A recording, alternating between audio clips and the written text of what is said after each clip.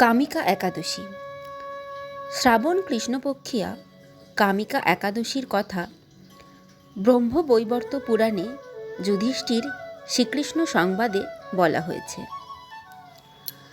যুধিষ্ঠির মহারাজ শ্রীকৃষ্ণকে বললেন, হে গোবিন্দ, হে বাসুদেব, শ্রাবণ মাসের কৃষ্ণপক্ষের একাদশীর নাম এবং মাহাত্ম্য সবিস্তারে আমার কাছে বর্ণনা করুন।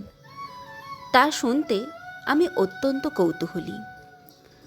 প্রত্যুত্তরে ভক্তবৎসল ভগবান শ্রীকৃষ্ণ বললেন, হে রাজন, পূর্বে দেবর্ষি নারদ প্রজাপতি ব্রহ্মাকে এই প্রশ্ন করলে তিনি যে উত্তর প্রদান করেছিলেন, আমি এখন সেই কথাই বলছি।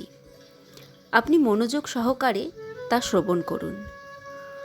একসময় ব্রহ্মার কাছে ভক্তশ্রেষ্ঠ নারদ জিজ্ঞাসা করলেন, হে ভগবান, শ্রাবণ মাসের কৃষ্ণপক্ষিয়া একাদশীর নাম কি? এর আরাধ্যা দেবতা কে? সেই ব্রতের বিধি বা কীরকম? এবং এই ব্রতের ফলে কি পুণ্য লাভ হয়, তা সবিশেষ জানতে ইচ্ছা করি। আপনি কৃপা করে আমাকে তা জানালে আমার জীবন ধন্য হবে। শ্রী নারদের কথা শুনে ব্রহ্মা অত্যন্ত সন্তুষ্ট হলেন। তিনি বললেন, হে বৎস, জগৎ জীবের মঙ্গলের জন্য আমি তোমার প্রশ্নের যথাযথ উত্তর দিচ্ছি, তুমি তা শ্রবণ করো। শ্রাবণ মাসের কৃষ্ণপক্ষিয়া একাদশী কামিকা নামে জগতে প্রসিদ্ধা। এই একাদশীর মাহাত্ম্য শ্রবণে বাজপেয় যজ্ঞের ফল লাভ হয়।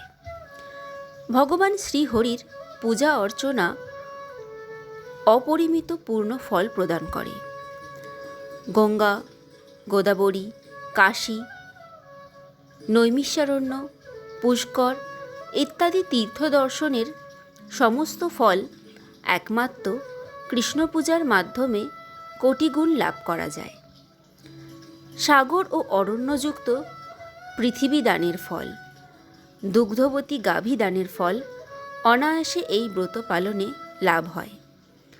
যারা পাপপূর্ণ সাগরে নিমগ্ন, এই ব্রতই তাদের উদ্ধারের একমাত্র সহজ উপায়। এই রকম পবিত্র পাপনাশক শ্রেষ্ঠ ব্রত আর জগতে নেই। শ্রীহরি স্বয়ং এই মাহাত্ম্য কীর্তন করেছেন।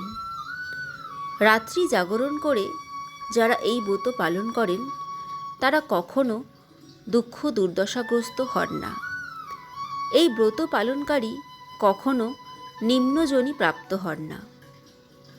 কেশবপ্রিয়া তুলসীপত্রে যিনি শ্রীহরির পূজা করেন, পদ্মপাতার জলের মতো তিনি পাপে নির্লিপ্ত থাকেন। তুলসীপত্র দিয়ে বিষ্ণু পূজায় ভগবান যেমন সন্তুষ্ট হন, মণি মুক্তাদি মূল্যবান রত্ন মাধ্যমেও তেমন প্রীত হন না।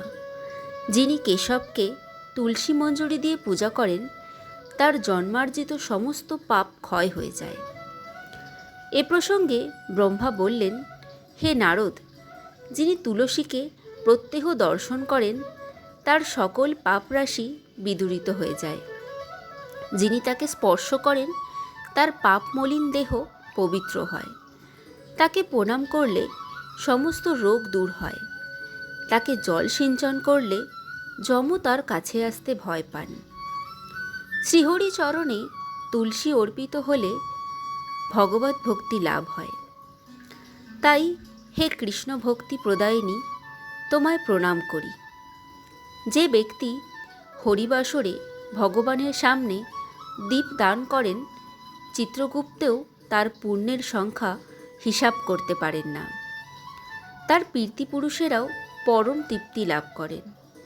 শ্রীকৃষ্ণ বললেন, হে রাজন, আমি আপনার কাছে সর্বপাপ হারিণী কামিকা একাদশীর মাহাত্ম্য বর্ণনা করলাম। অতএব যিনি ব্রহ্মহত্যা, ভ্রূণ হত্যা, পাপ বিনাশিনী, মহাপুণ্য ফল প্রদায়িনী এই ব্রত পালন করবেন ও মাহাত্ম্য শ্রদ্ধা সহকারে পাঠ অথবা শ্রবণ করবেন, তিনি সর্বপাপ থেকে মুক্ত হয়ে বিষ্ণু লোকে গমন করবেন।